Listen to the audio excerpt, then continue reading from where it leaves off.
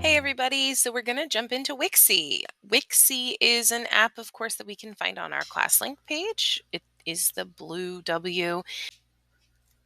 Once it opens, it will launch in a new window. All of your projects are going to be in the center of your screen. And we're going to be talking today about how to, of course, find and customize some already made activities. So the first place I want to go is this orange new button. Now, of course, the new button is where we can create a totally new Wixie project or assignment using either landscape or portrait orientation. But the ones I want to focus on here are the fact that we have some pre-made organizers. And so when I click on organizers, you're going to see dozens of templates here for commonly used organizers in the classroom. Cause and effect charts. We're talking about circle maps. We're talking about Venn diagrams. There are even some icons of depth and complexity organizers in here. But as you can see, these are templated and they're ready to go. They are all one slide only. And they're as easy as clicking on them to be able to use them. So I'm going to go ahead and click on the opinion organizer here. And you see Wixie will work its magic. And it's now taking me to my edit mode where I can make any customizations that I want to. So I already have this template and these great color coded areas for students to write. I also see that here where the teacher has put the instructions, there's also the ability to record my voice as the teacher so that the students can listen to those instructions as well. So as I'm making my customizations, the first place I always look is this instructions box to see if I need to make any changes. It's asking them to type their opinion at the top of the yellow box.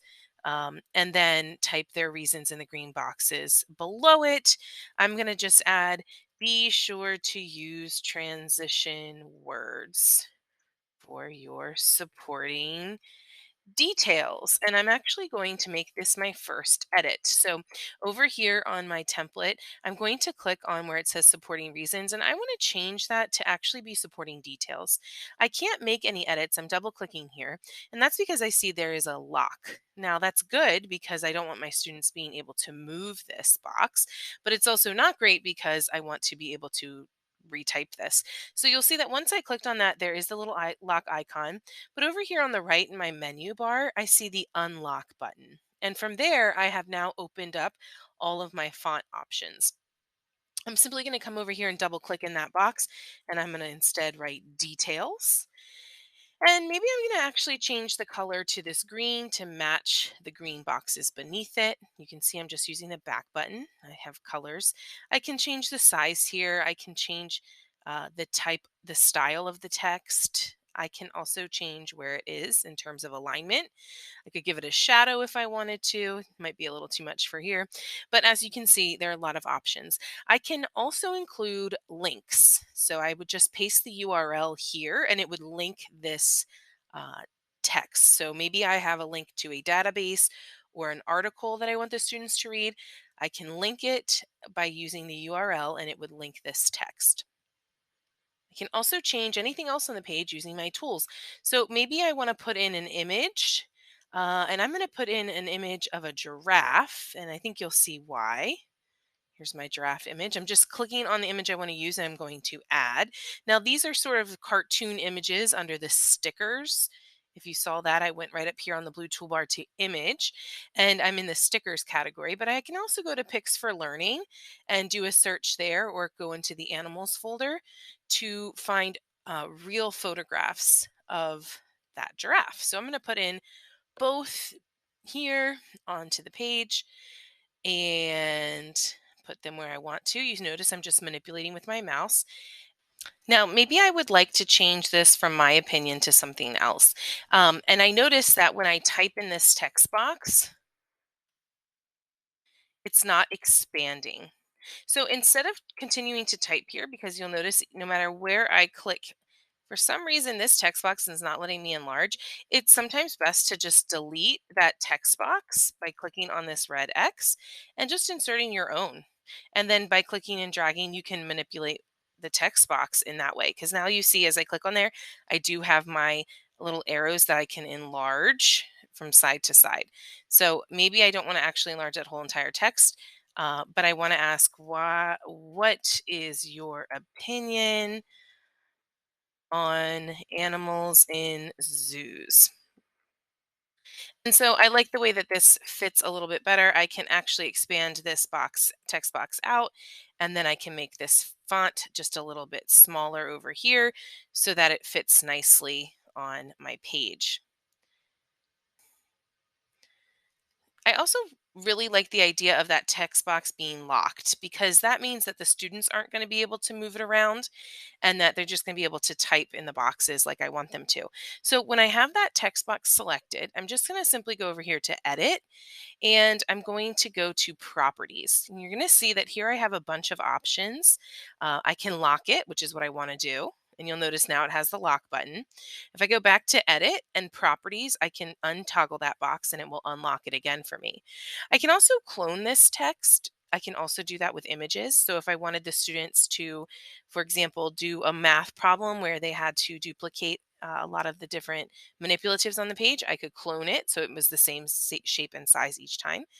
And there's some other options here under property that you can play around with. But that's the way that I'm going to lock those text boxes in place. And I can do that with images as well as if I wanted to. As you can see, I have my full editing menu here. I can erase things if I wanted to. Uh, right here, I have my audio button in case I wanted to record a sound or additional audio on this page. I do have my spray can and my shape maker, so I could make additional text boxes if I wanted to.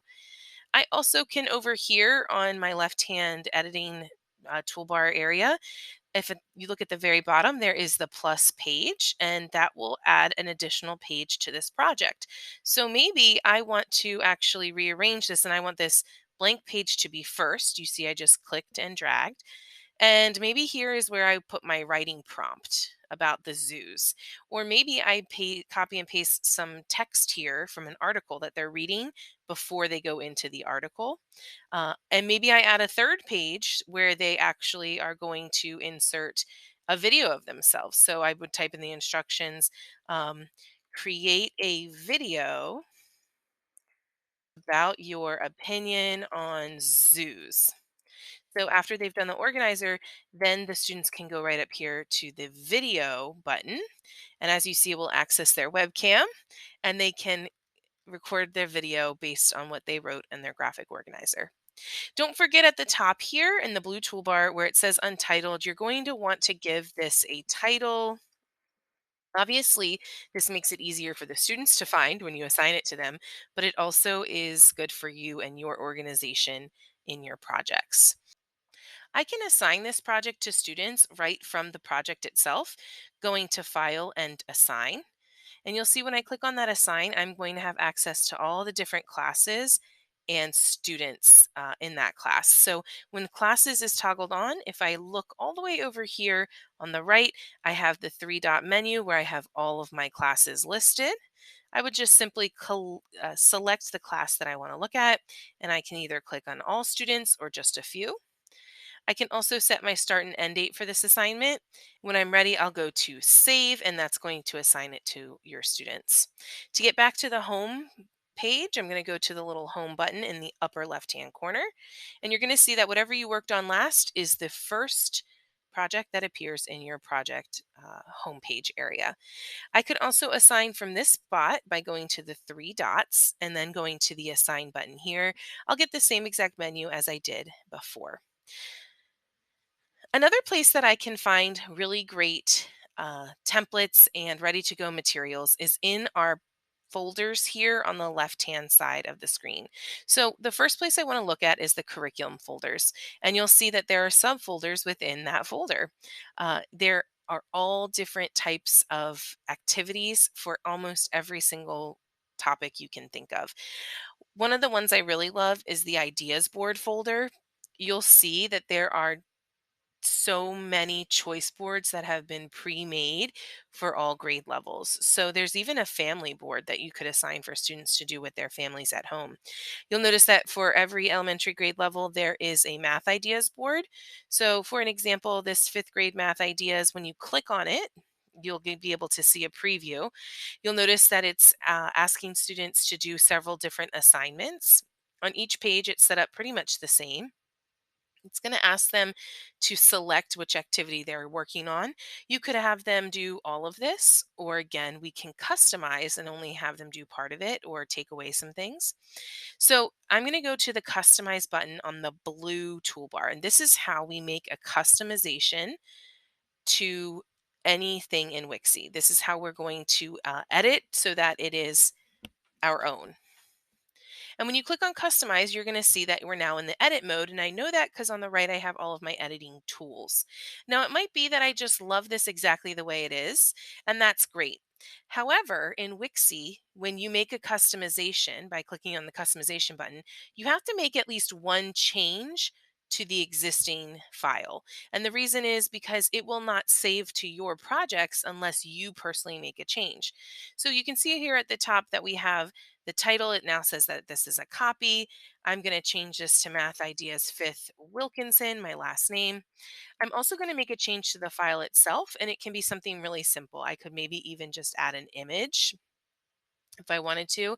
I know that first assignment was about building shapes or making shapes. So maybe I just add an image that relates to whatever the topic is.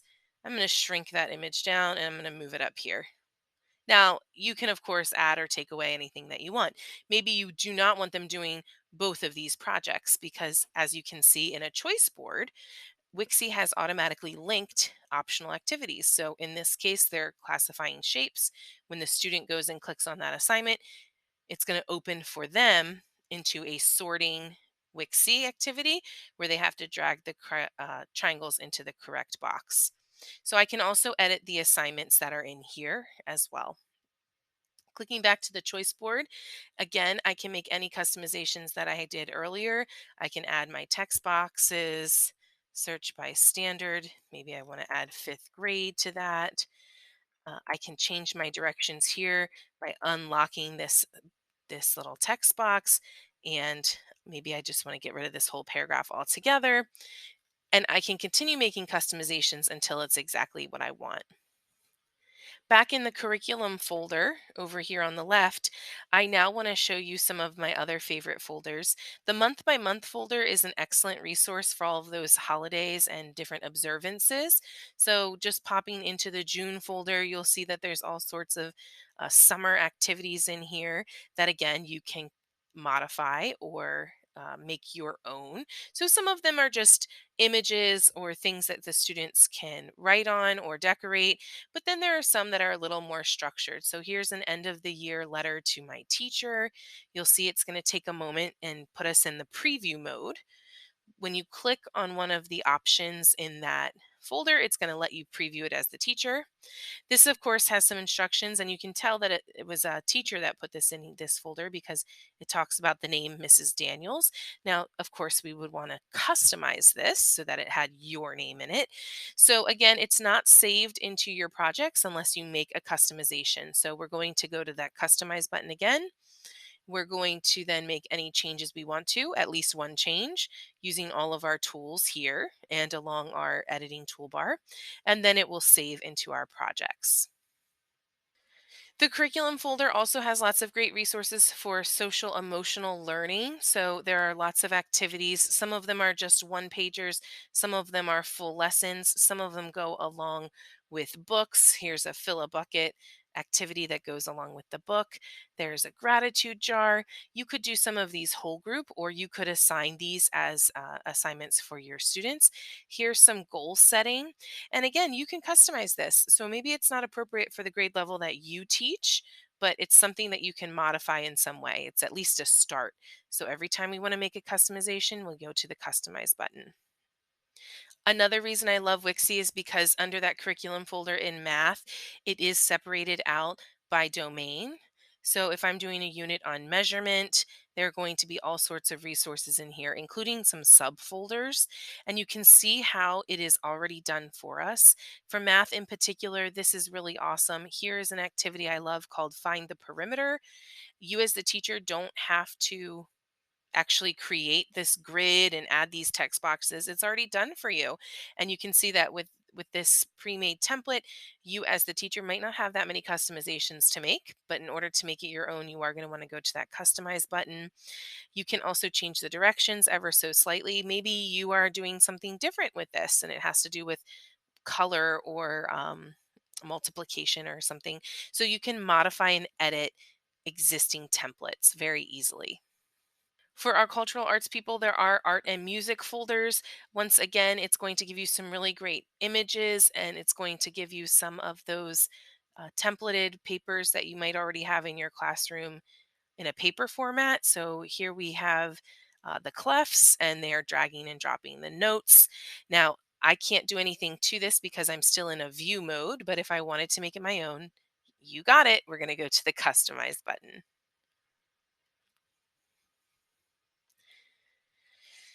So we've explored the new button where we've looked at some organizers. We've also looked at the curriculum folder on the left hand side, and we're now going to look in the templates folder, which is again curated by Wixie. You can see the difference between curriculum and templates is that curriculum is specific to the content area, and templates are more of those general um, assignments and projects that you can work on. So let's say you wanted to create a comic with your class. This can span any academic area. It has the comic panels ready to go in so many different shapes and sizes. So maybe I just want to do a basic comic panel. With something like this, it's already pretty much formatted for me, but I'm going to definitely want to customize this. So I go to that customize button. And my directions are going to change based on what I teach. So maybe we've just read a novel and I want the students to um, illustrate and write another chapter for our novel. Be sure to include our main characters. Maybe I then go to my image gallery here and I add some of the cartoon images that I think would be best. And notice how it opened up. I'll do that one more time. When I went to the image gallery, this is set so that it opens up to the cartoon folder. So you can see that there are all sorts of cartoon. Here's the label here. Uh, items that I can use in my comic because this assumes we're making sort of a fun comic book. To do that, I can go to File, Project Settings. And when I'm in project settings, I'm going to have a lot of options, but I'm going to go to image dialog. And you're going to see here that I can set under image dialog where I want this to open. So I have set this to open to the cartoon folder. I can also lock it to this folder so that students are not able to access any other images, which is nice when you have kids who have a hard time deciding. And then when I'm ready, I'm going to click save. I also want you to see that in project settings under this editor, the first option, you can select where you want the project to open up. So maybe you want it to show instructions. That's what is defaulted. But perhaps you just want it to only show a pencil if the students are only working on doing something with that pencil tool. You can also see down below that you can select and unselect all the different tools.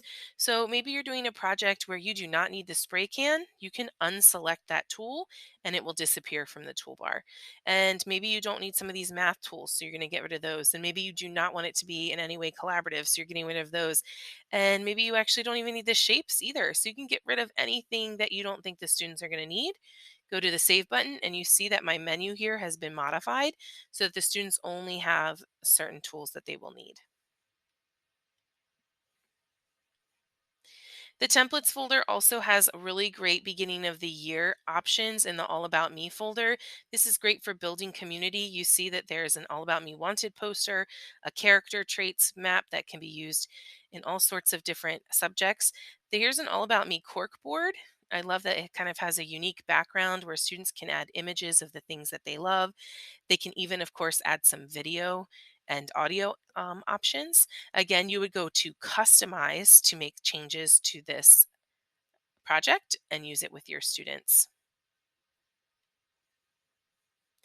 The template folder also has an extended version of all of those organizers we saw under the new button, so you can get to them from this way as well. The template folder also has a lot of great presentation templates for students to use or for you as the teacher to create some of your lessons. So, for example, here is a science themed presentation. You'll notice as it opens up and loads that it opens with several different pages. And so, this is a nice way to give the students a really templated and formatted structure while they are doing maybe a research project. And you can certainly, in your instructions, identify what you want them to put on each of these slides. As you can see, this requires very little work on the teacher's part other than having to sort through all the great stuff. But so many options here that you can definitely check out. The last few that I really love, this video folder, they have created templates for students to use the video feature. So one that I really like is this one here, expert interviews. You can see it's all pretty much filled in for them. As the teacher, you could have two students working together and one student is asking questions, the other one is answering. And they don't even have to be in the same class. You could definitely share this as a collaborative project.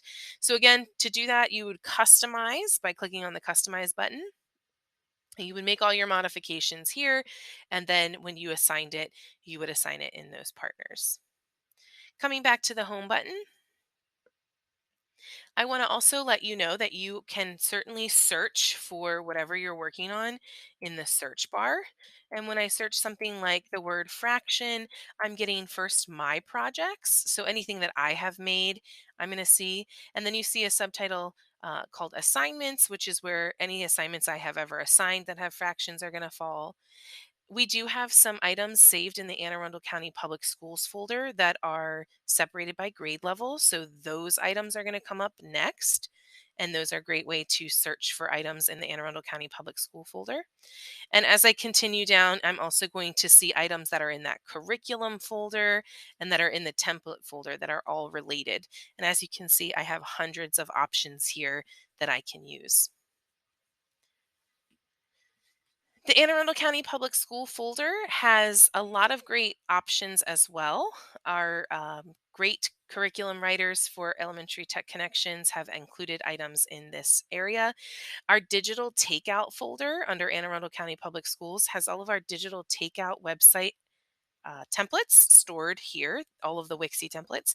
So as you can see, there are lots of great options, sort of general things in here. I hope that you enjoy yourself as you search through these folders in Wixie and that you find something you're really going to love to use with your class.